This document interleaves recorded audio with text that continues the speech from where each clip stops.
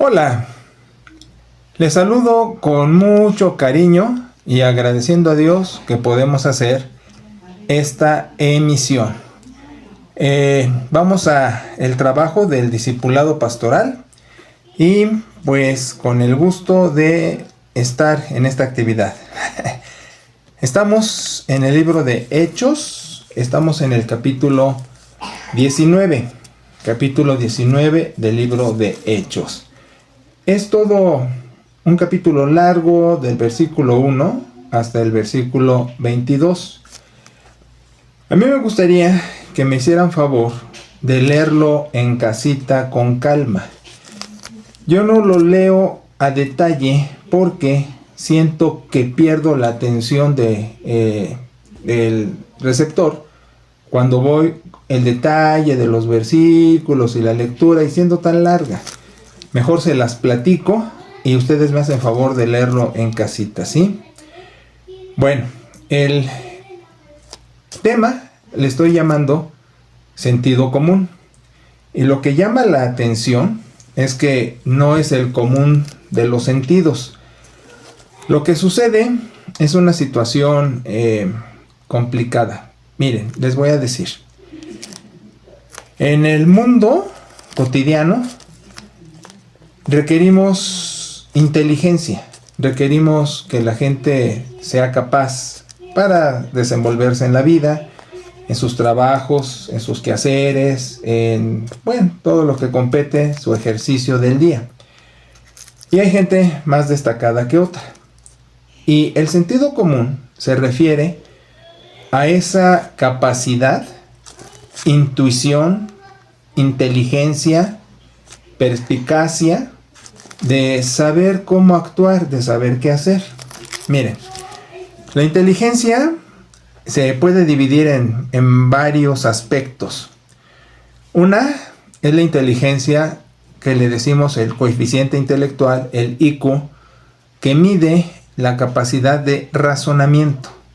Qué tan hábil es alguien para razonar, para retener información. Aquí uno se puede ir con la finta de la memoria.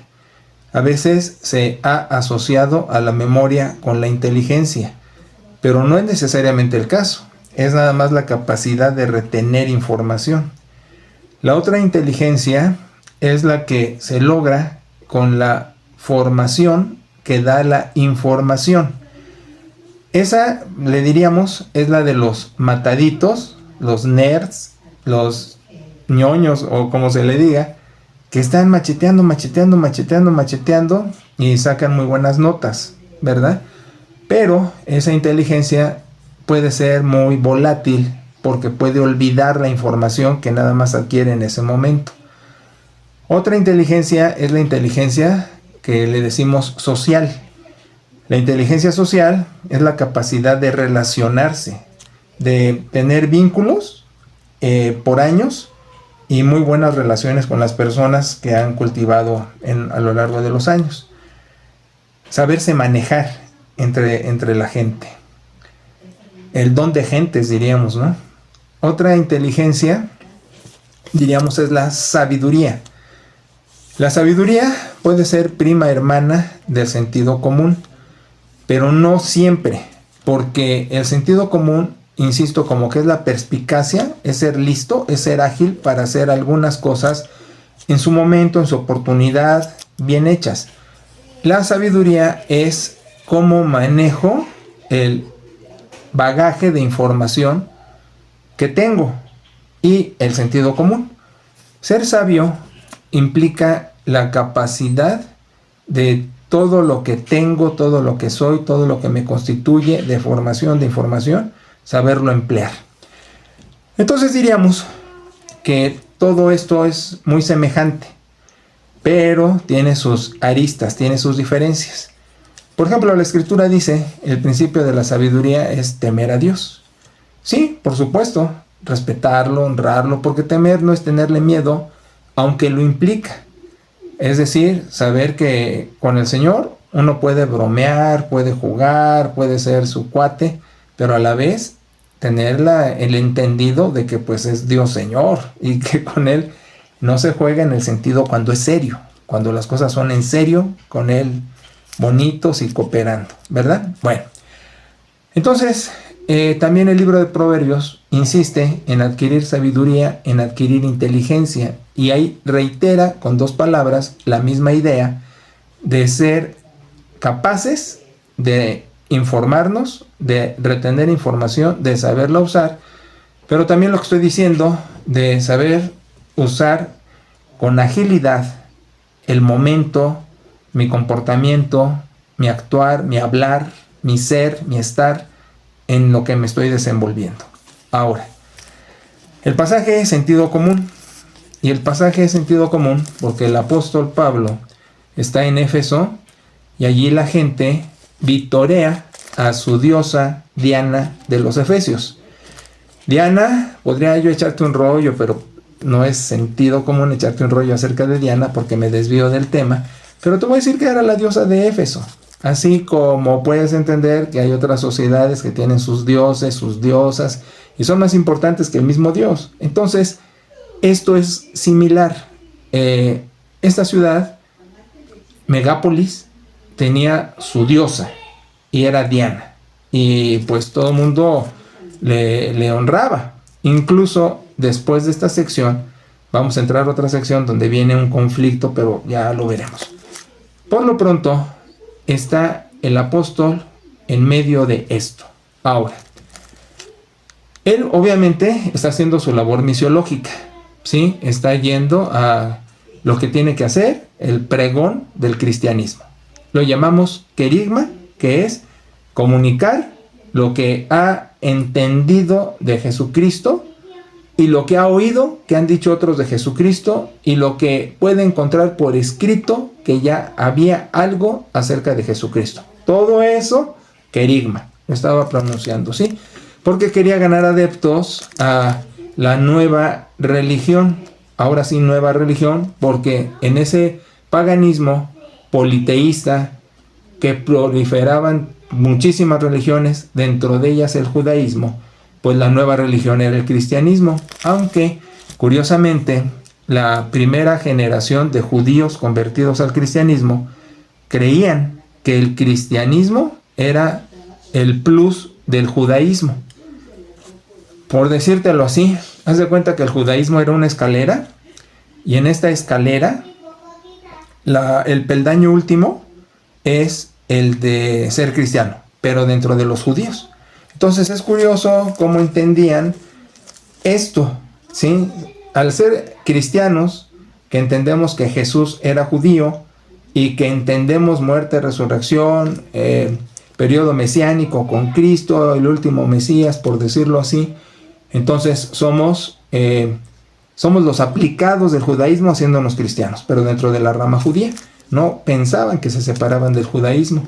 Fíjate que eso ha sucedido en cada movimiento reformador, porque este es un movimiento reformador que lleva su grado de revolución. La diferencia de reforma y revolución es que la primera es más de influencia y la segunda es más de violencia.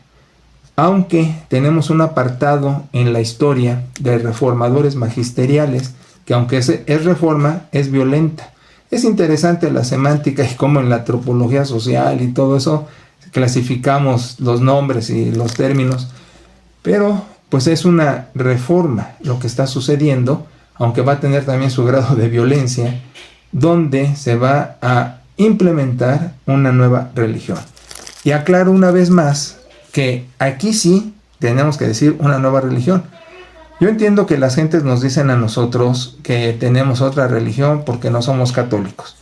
Y es lo que digo, que nos falta mucha información, porque el cristianismo per se, el cristianismo en sí, es una sola religión.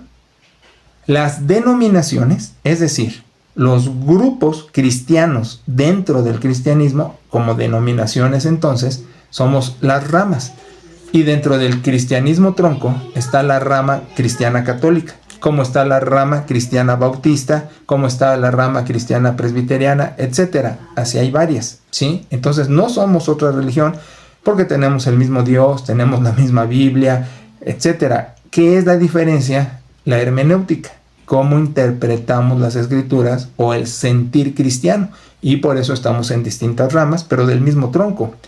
Aquí la diferencia es que sí es otra religión, porque pues está Diana, que no tiene nada que ver con el tronco cristiano. Están los judíos, que no tienen que ver con el tronco cristiano, aunque he explicado que creían que eran el plus los judíos convertidos al cristianismo del judaísmo.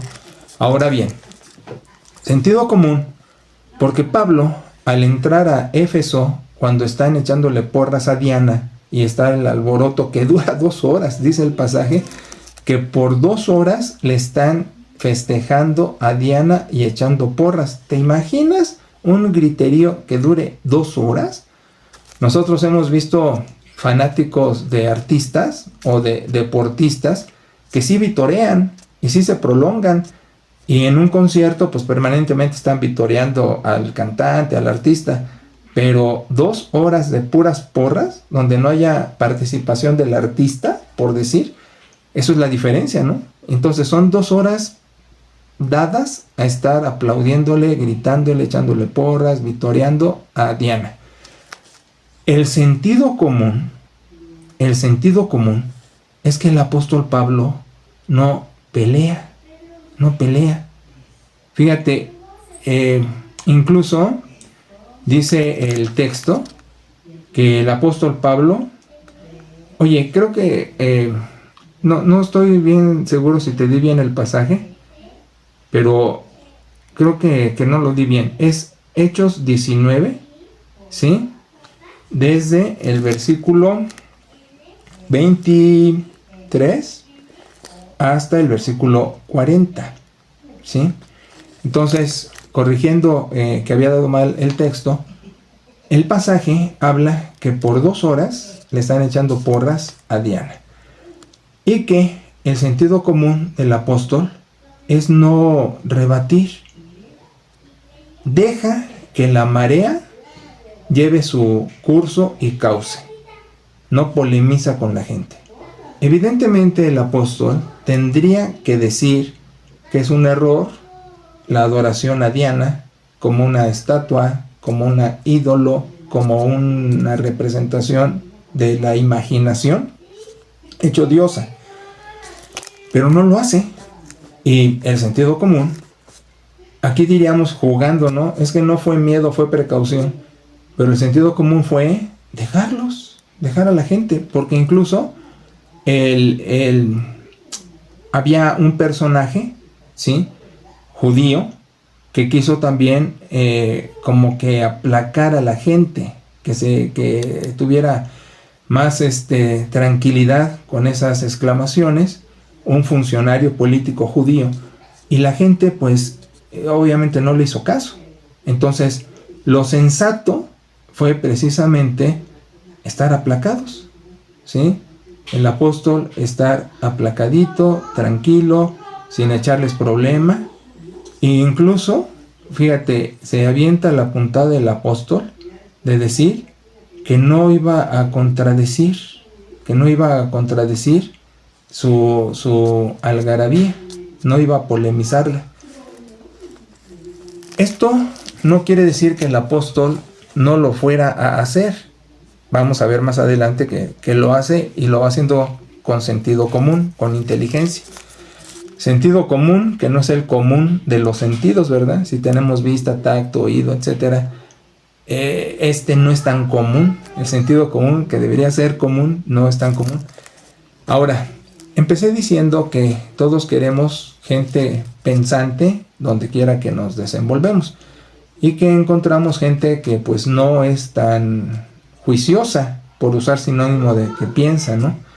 Y tenemos conflicto cuando manejamos por gente que no hace las cosas pensando.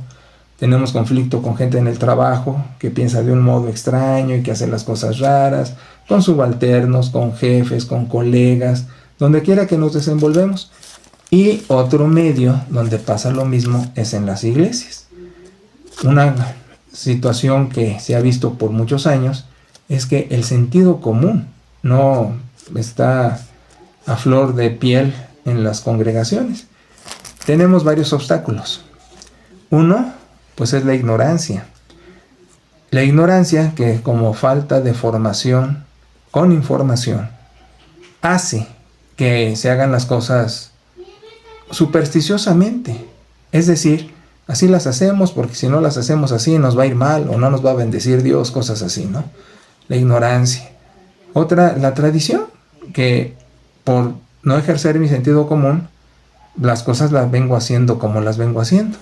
Un ejemplo de eso, por ejemplo, vaya las expresiones, es que una dama hacía un pastel y para hornearlo le recortaba las puntas al pastel.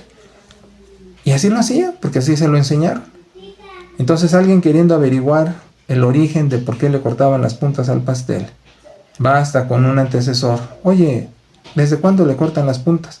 Desde que no entraba el pastel al horno en el recipiente. Entonces en ese momento lo hicieron así, pero el que fue enseñado, aunque cabía el pastel en el horno bien, etcétera, pues le cortaba las puntas porque así se lo enseñaron. Entonces es una arrastrada de ideas o de prácticas que en algún momento tuvieron su valor. La historia eso nos grita. Las cosas en la historia nos informan que así se hizo con los personajes de su tiempo, porque esa era la razón de ser.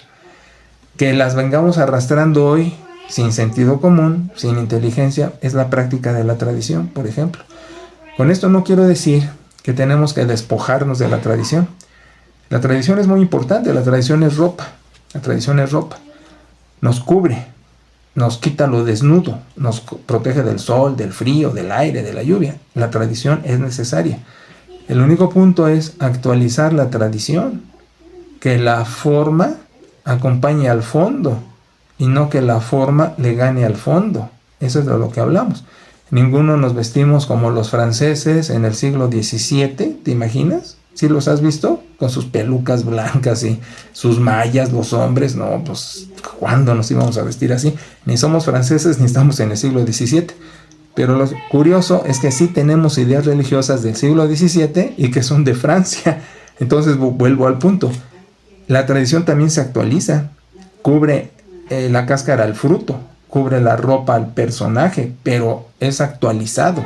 No nada más traído de inercia, como el ejemplo de cortar las esquinas del pastel. Entonces, como te estás dando cuenta, el sentido común es una virtud dentro de las iglesias, porque realmente, aunque hay gente inteligente, aunque hay gente preparada, aunque hay gente capaz, por la cuestión religiosa y la inercia de cómo se vienen haciendo las cosas, el sentido común sale sobrando. Yo te invitaría, quizás no es la práctica, pero yo invitaría a todas las personas que se preguntaran y se contestaran por qué ciertas prácticas o ciertas informaciones dentro de las congregaciones. Y te vas a dar cuenta que no se hace eso. Dentro del grupo que tenemos en Europa, Berry en Alemania, Caro y Néstor en Italia, Lu en Monterrey, ese grupo es un grupo muy inteligente. Ahora, no quiero decir que es más inteligente que el que tenemos en Puebla o en Jalapa, en Zacapo, en Morelia. No, todos son inteligentes. Lo que me refiero es, como ellos no estaban acostumbrados a este tipo de información, en sus tareas del instituto están haciendo muchas preguntas y a la vez están contestando y están diciendo: yo me preguntaba esto, ¿por qué hay que hacer esto? ¿Por qué hay que hacer lo otro? ¿Cuál es la razón de ser? Y esa curiosidad llevada en preguntas es el reflejo del sentido común, inquiriendo, investigando la razón de ser de las prácticas religiosas. Perdona que lo comente, pero yo mismo lo hacía. Como oveja, muy joven, 16 años, en una congregación, yo me preguntaba: ¿y por qué están haciendo esto así? ¿Cuál es la razón de que se haga esto así? ¿Por qué se reparten las galletitas así? Y por estos personajes.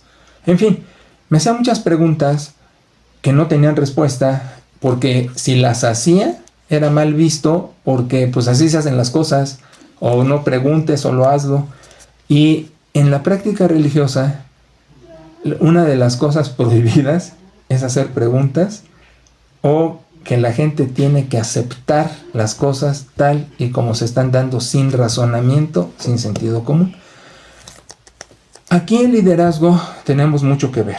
Mira, en quienes presiden las iglesias son gente buena, teme a Dios, le ama y le quiere servir. No le echamos tierra a nadie por su buen corazón y su disposición de servir, y que sinceramente quieren hacer las cosas bien para Dios y para la iglesia, ¿no?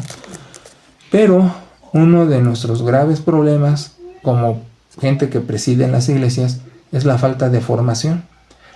Y al tener falta de formación, no estamos informados y no informamos bien. Y al hacer eso, entramos en confusiones donde entra la tradición traída de otras épocas, o viene la superstición de decir, es que esto no se platica, esto no se pregunta, esto solo se acepta porque así es. Y este ejemplo de lo que está pasando aquí con el apóstol Pablo, a mí me llama mucho la atención esa capacidad y ese sentido común de no antagonizar con la gente en su momento eufórico, de respetar incluso su expresión. Todos estaban así bien acelerinos, todos estaban, incluso los acusan, dice el verso 37, que los acusan de blasfemar contra la diosa Diana. Y el apóstol, una de las cosas que va a mencionar es que él no estaba blasfemando, no está polemizando. El apóstol no está en conflicto con la gente allí. Entonces, el sentido común es que quienes presidimos las iglesias debemos de manejarnos. Te voy a dar varios ejemplos de lo que no sabemos hacer bien.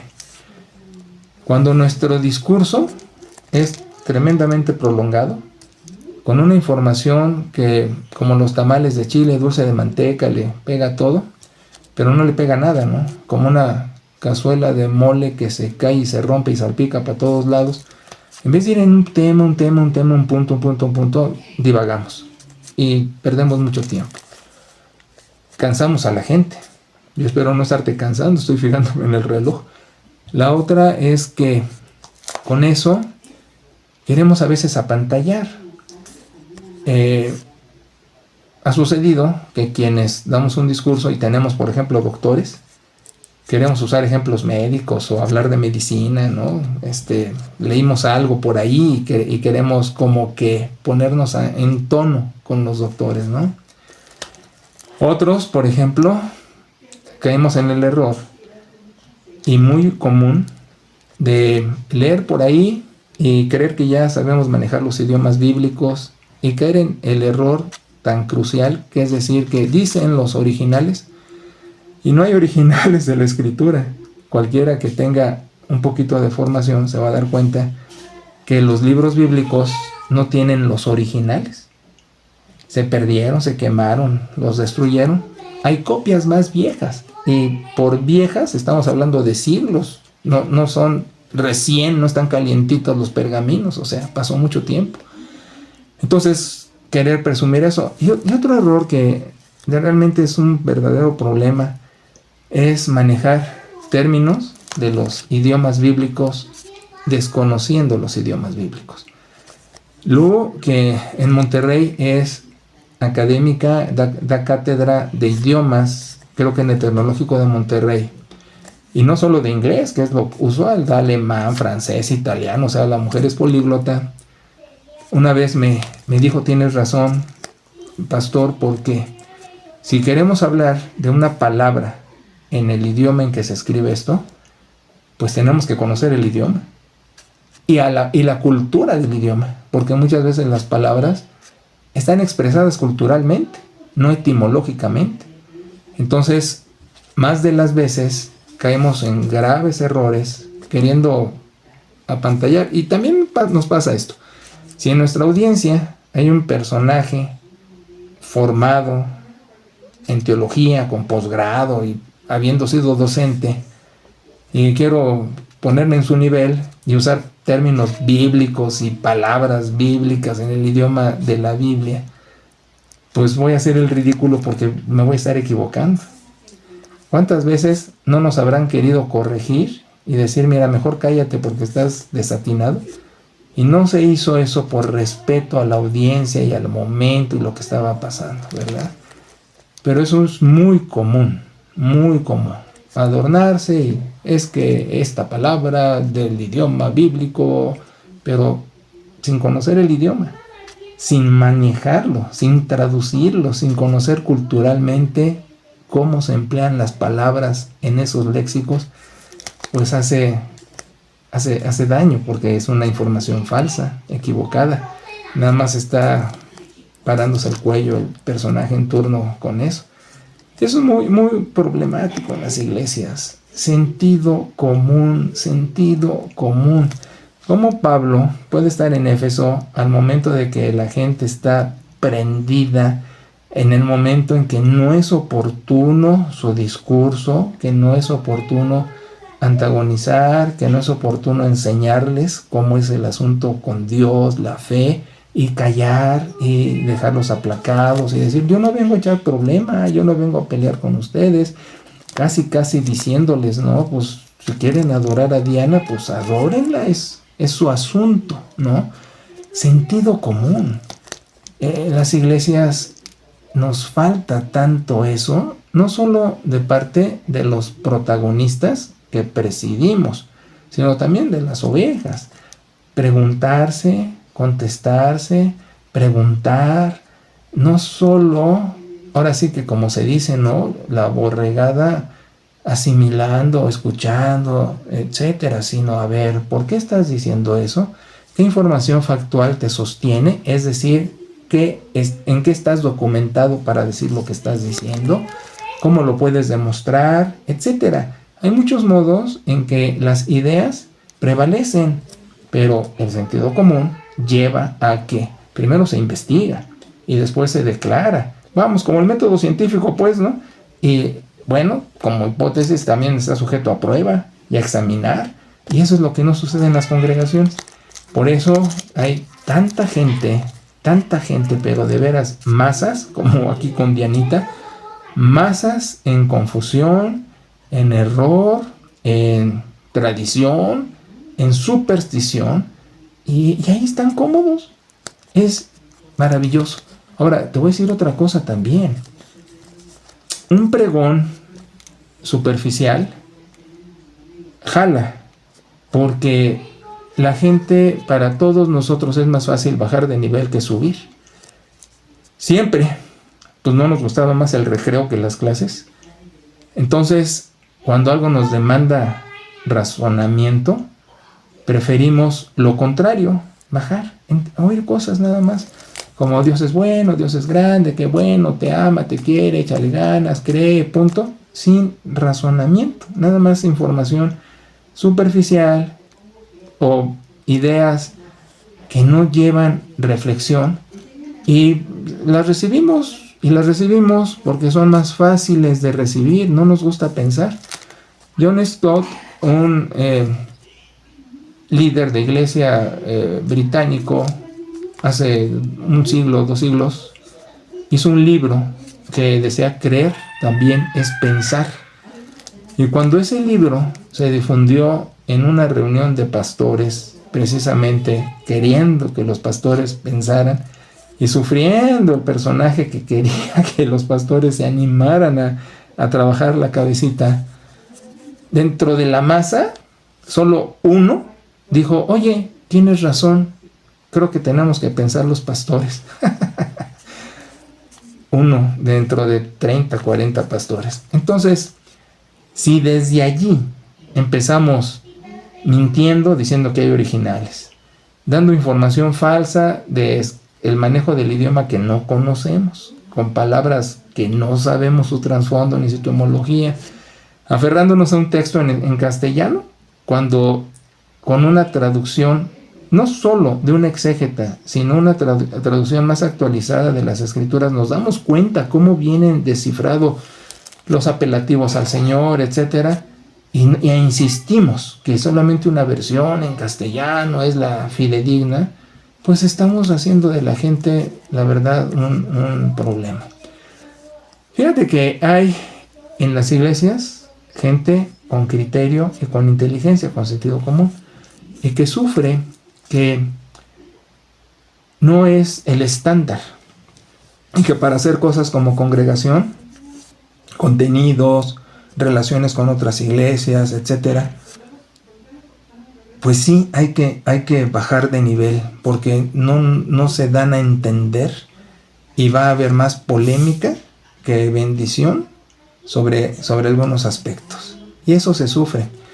Un aforismo dice: si discute el intelectual con el ignorante, el que baja es el intelectual, no sube el ignorante. Entonces, ¿qué problema? Y como para decirle adiós, ¿no? ¿Por qué puede haber gente capaz, inteligente, informada? ¿Dónde son los garbanzos de a libra? Y el resto es como los de Éfeso, ¿no? La gente que nada más está exclamando porras a su Diana. Y hay eso, y no puede penetrar. Organizaciones de iglesias que son verdaderos situaciones de ignorancia, de tradición, de superstición. Una cosa con la que se organizan las iglesias bautistas en México son los artículos de fe. Se ignora que esos artículos de fe son de la confesión de Westminster presbiteriana del siglo XVII, que la denominación bautista se los fusila para no pensar, pues son presbiterianos, no son bautistas, pero con eso se organizan iglesias. ¿Te imaginas? Los interrogatorios a la membresía para su organización es en base a eso. Y los los principios bautistas, los 7 principios bautistas, que son originales de los bautistas y que tienen un mundo de enseñanza y de contenido bíblico, no se emplean. Entonces, pues esas son las ironías. Entonces, el sentido común no es el común de los sentidos. En las iglesias, menos.